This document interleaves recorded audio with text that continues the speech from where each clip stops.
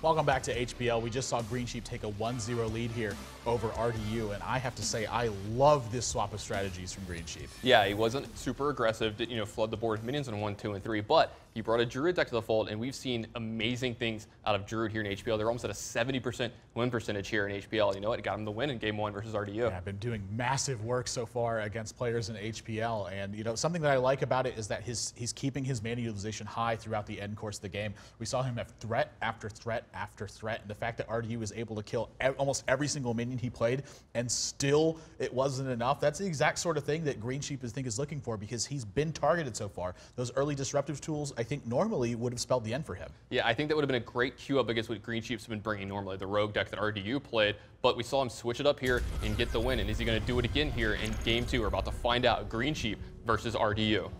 Yeah, I'm curious if Greensheep's just going to stick to it or if he's going to swap it up. And here's back to his old ways, man. He just can't resist it. It's the Paladin deck that we've seen him play a few times. He just cannot resist playing these hyper-aggressive strategies. We're going to see if RDU is prepared for this.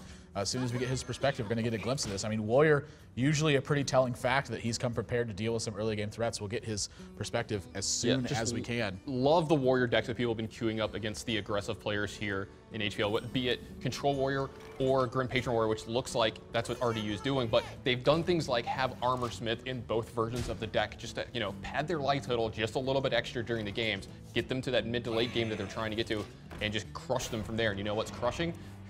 Yeah, Unstable Ghoul is normally very good in this position. He does have Iron Beak Owl for it, so he's going to shut this off and then start pushing damage. But something that he, maybe is not suspecting right now is Whirlwind. He really has no way to play around Whirlwind with the way that his hand is constructed. It's Blessing of Kings even, and wants to use this effectively as 4 points of charge damage.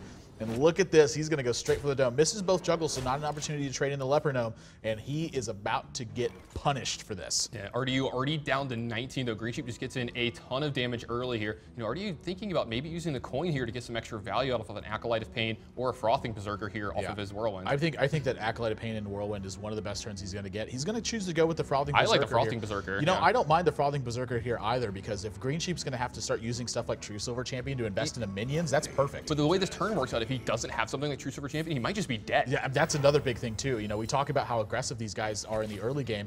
RDU's in the same position. He wants to force Greensheep to have an answer right now. Yeah, good timing here from RDU to play this Frothing Berserker. He's going to get in 8 points of damage next turn. Not the way that he wants to. This True Silver Champion is going to eat it. Yeah, 10, yeah. This True Silver Champion is going to eat it, but I mean, Greensheep has to take a ton of damage to take care of this 10-3 minion. Muster for Battle actually might change this too, given that he's got the Blessing of Kings. He may favor just actually taking the 10 damage, via the attack, but he's going to favor the True Silver Champion. Don't mind this either, because get the second attack of that in, and then have a cleaner turn 5 with Muster for Battle and Hero Power.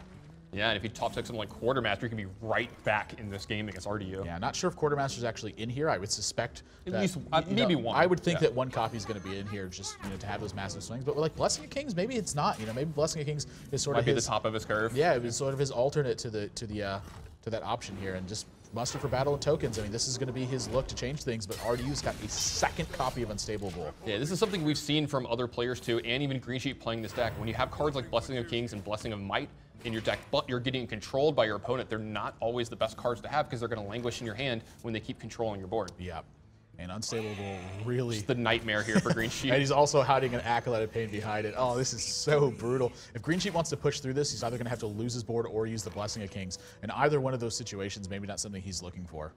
No, this is not where Greensheep wanted to be. It's funny, though. Now the draws actually could potentially start becoming a liability here to Greensheep. I mean, love the fact that he's not trading in the 5/5 to do this, getting through the damage. He wants his opponent to draw cards in this scenario, and he's going to make his massive push now. I mean, he has no way to know that RDU has Execute. He's in the same position that RDU put himself in. He wants to put this massive damage and force his opponents to have the right answers. Yeah, and RDU does have the right answer in Execute here, but this Divine Favor is going to be huge for Greensheep here. Yeah, if he doesn't play 2 threats here, which, considering he's so low on life, I imagine he's going to be favoring Armor Up here.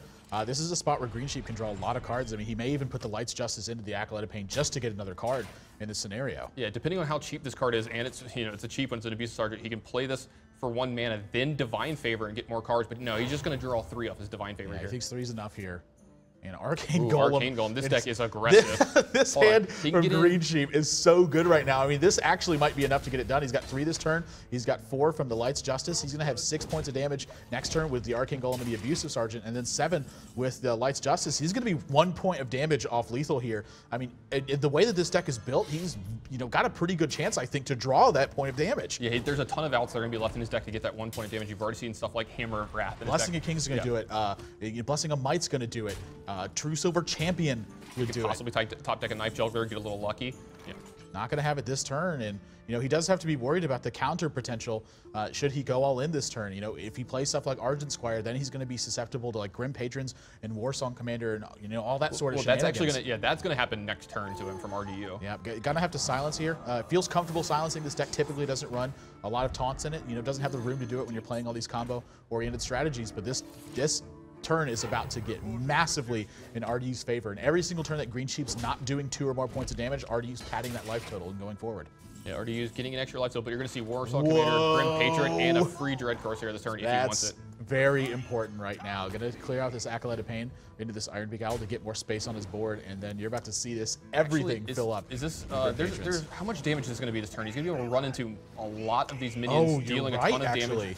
Yeah. This is just lethal damage. I wasn't even like paying attention to Greensheep's life total. It's just too much damage at this point. The Grim Patrons and the Dread Corsair, everything adding up more here, and even the weapon swing. RDU going to tie this up 1 game apiece very decisively in this game. Greensheep had a great start, but 2 unstable goals. I mean, you talk about coming prepared for your opponent. RDU has clearly done his homework on Greensheep. Yeah, RDU's done his homework. Greensheep super aggressive. Love this queue up from RDU. Greensheep queued up a different deck than you probably expected in Game 1, but went back to his roots here in Game 2, and that Grim Patron Warrior deck has shown time and time again that when he gets another aggressive matchup, it's got too many tools, and it gets away every single time with a win. Yeah, Warriors has got so many options to deal with the super aggressive minions in the other game. Unstable Ghoul, Whirlwind, Deathbite activations, even has stuff like Armor Smith, maybe Cruel Taskmaster, everything that you need to offset these 1 health minions that when they go unchecked add up to a lot of stuff, but everything's falling in RDU's court, man. It's tough to lose the game when you have that kind of control. Oh yeah, he's been controlling the game beautifully here in Game 2, so it's going to be real interesting to see what they queue up in Game 3, who's going to make an adjustment, who's going to stick to their guns.